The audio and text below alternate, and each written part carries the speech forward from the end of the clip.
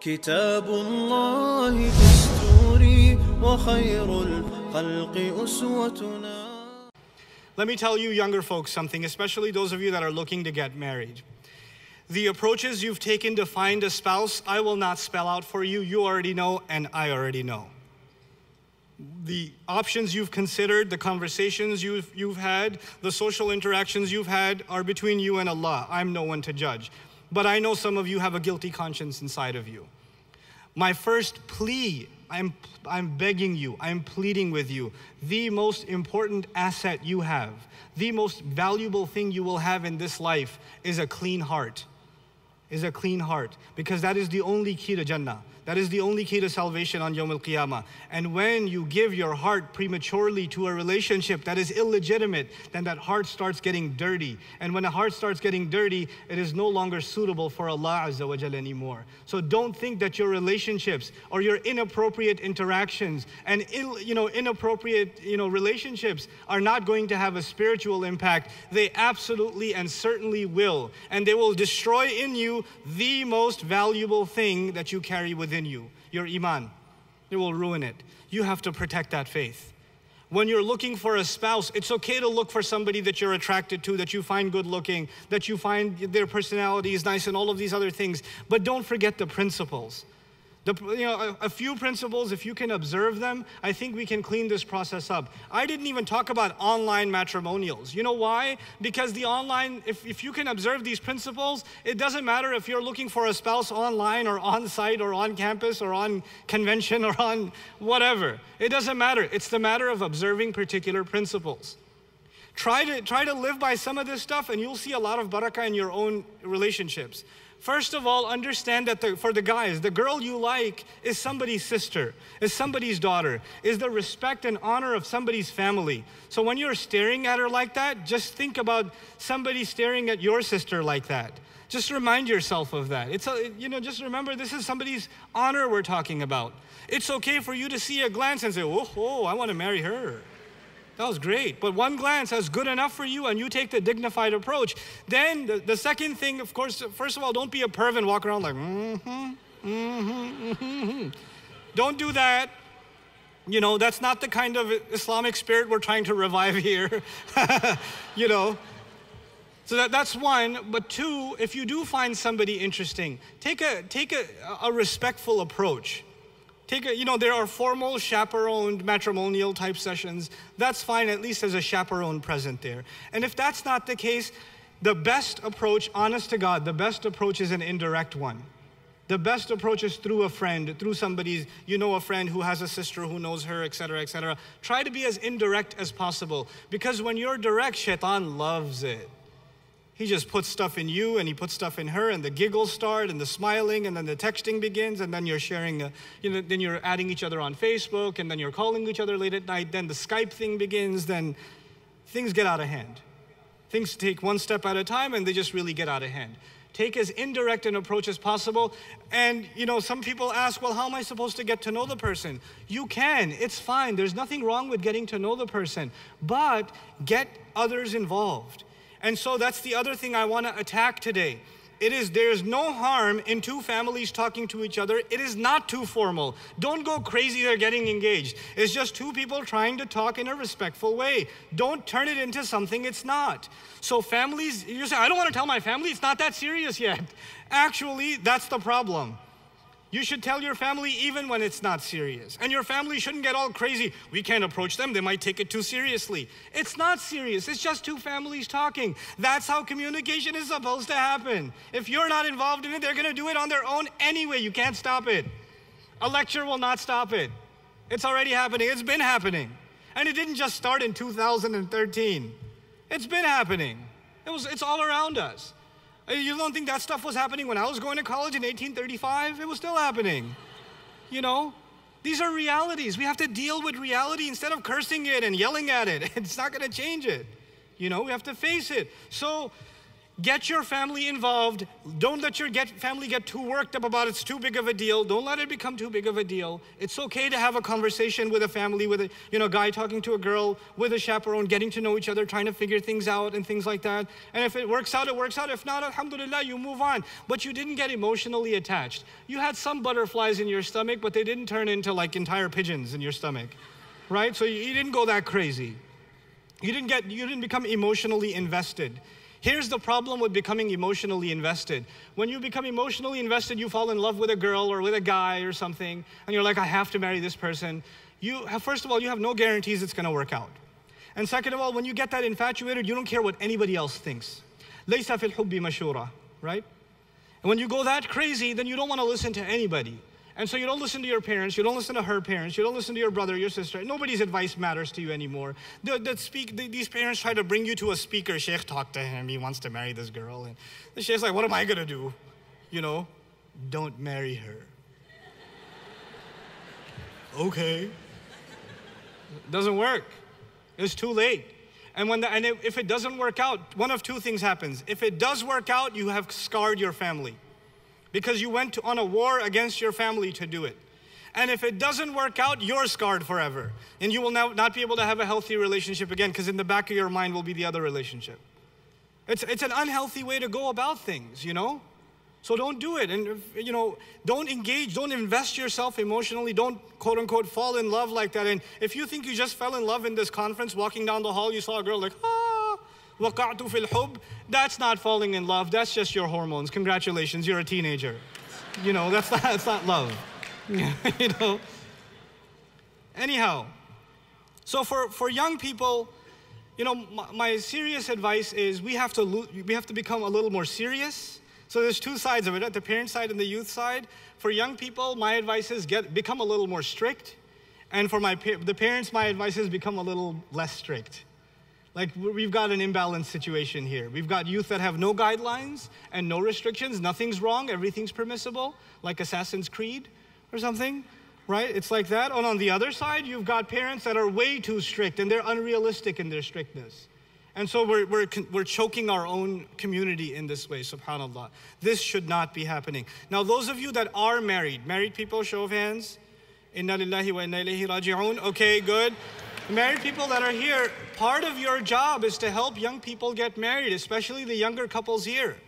Younger couples here, you both, the men and the women in that couple, they have friends that aren't married that they've known for a while. And you need to become matchmakers before they have to resort to anonymous websites, which the same guy is on every website.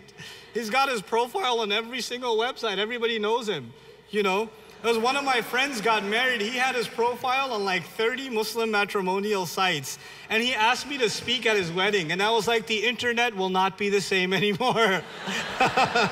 The internet connection speeds just increased because so much load has been taken offline with all of these profiles. Servers that were crashing for ages are now back up online now because, congratulations, you're married.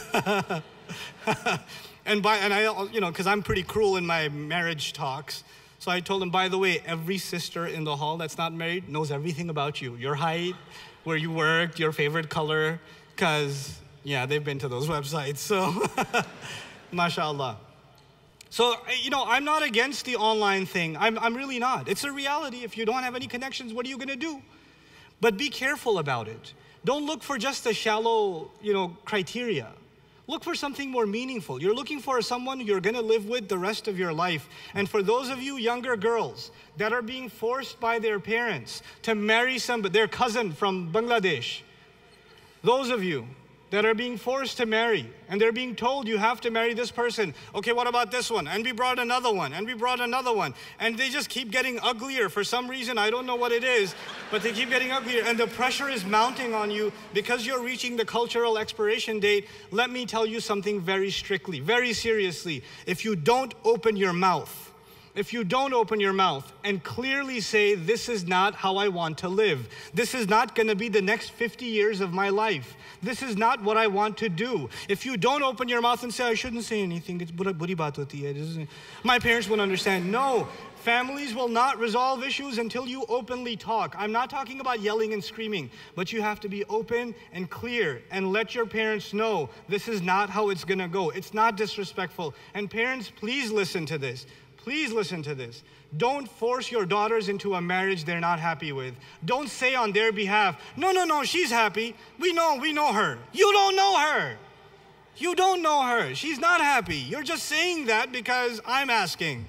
No, she's okay. They don't know that they come crying to the imams, my father wants me to marry. I guess I should. Have you seen the guy? No, but it's my parents. What can I do? In Islam, you have to obey your parents no matter what. Yes, in Islam, you have to obey your parents no matter what. But also in Islam, parents cannot be unjust. They don't have an open license to do whatever they want. They don't have that either. In Islam, parents and children are supposed to have a trusting relationship, you know? Don't hijack. You know, sometimes the only ayat our parents know is وَبِالْوَالِدَيْنِ إِحْسَانًا. This is the only Quran. They don't even know the whole ayah. You know, it's just وَبِالْوَالِدَيْنِ إِحْسَانًا. You know, you're like, got me again. And they use that card. Look, our deen emphasizes the rights of parents more than any other religion known to man. More than any other religion. But our religion also emphasizes fairness and mas'uliyah, the idea of responsibility. Like parents do not get that many rights without having that many responsibilities. And you have responsibilities to your daughters and your sons. You really, really do. Your homework assignment after this lecture, you know what it is? An open, honest, brave conversation with your parents about when you think you should be married, why you think you should be married, what kind of person you think you should marry. And parents, don't flip out. Don't flip out. And young men, and this is my last piece, inshallah, I have a minute 20. I just want to talk to the young men. I talked to the girls a little bit. You know, get brave. Don't be shy anymore. Just be a little stronger. But for the young men, can you become men? For God's sake. Listen. If you're like in your 20s, and every time you have a break, every time you have time off from school or a weekend off, you're spending it behind a screen with a PlayStation 3 or a 4 or an Xbox or whatever else, then you're not a man yet. Go, first of all, get a job even while you're in high school and college. I don't care. Get a job. It'll turn you into a man. It'll make you ready for marriage. Just because you find girls pretty doesn't mean you're ready to get married. That doesn't mean that. You have to show some responsibility to be able to stand on your own 2 feet. And parents of teenage children, if you're not pushing your children to do work, you're like, alhamdulillah, I can afford it. I'm a doctor, I'm an engineer, I'm a business owner. I can afford it, my children don't have to work. Yes, they do, because it's part of their education. I don't care if you're like changing tires at a car shop, you know, at a mechanic shop. I don't care if you're lawn mowing, but do work. It will give you respect for money. It gives you respect and responsibility. It prepares you for life. I made a case to my parents when I was 20 years old. I'm Pakistani. You know that's suicide, right? I made a case to my parents when I was 20 that I want to get married. But you know what? I had been working 40 hours a week since I was 16 in New York City. I've never worked less than 40 hours a week. That was an easy week for me. And I've been going full-time to college, you know, in high school. I actually took a longer time to graduate out of college because I had work. I never once took money from my parents for college tuition. I refused that. I said, no way. If I can't afford it, I'm not going to college. I'll work on it myself. I worked in shoe stores. I worked in surgical places. I worked in like local Queens newspapers. I've done all kinds of crazy jobs. I even worked at a Desi grocery store. Ew. Oh my God. Blech. But I worked there for one day, but I did, and I'm proud of it. I'm not ashamed of it. I worked at a travel agency where my boss was a really mean Bangladeshi fellow. I love Bangladeshis, but he was really mean. He was really, like, I used to call him the travel Nazi. He was really bad. And when I didn't make enough sales that day, he just yelled at me. So one day I just had it. I yelled back at him, and I got fired, you know? And like 10 years later, I was giving khutbah in Long Island, and he was in the first row.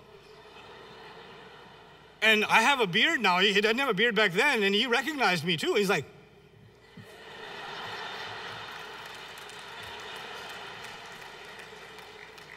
you know, And after the Jummah, everybody says, Assalamu alaikum, Assalamu, how are you? Make dua for my children. He comes and he shakes my hand, he gives me a hug, he goes, you are still useless.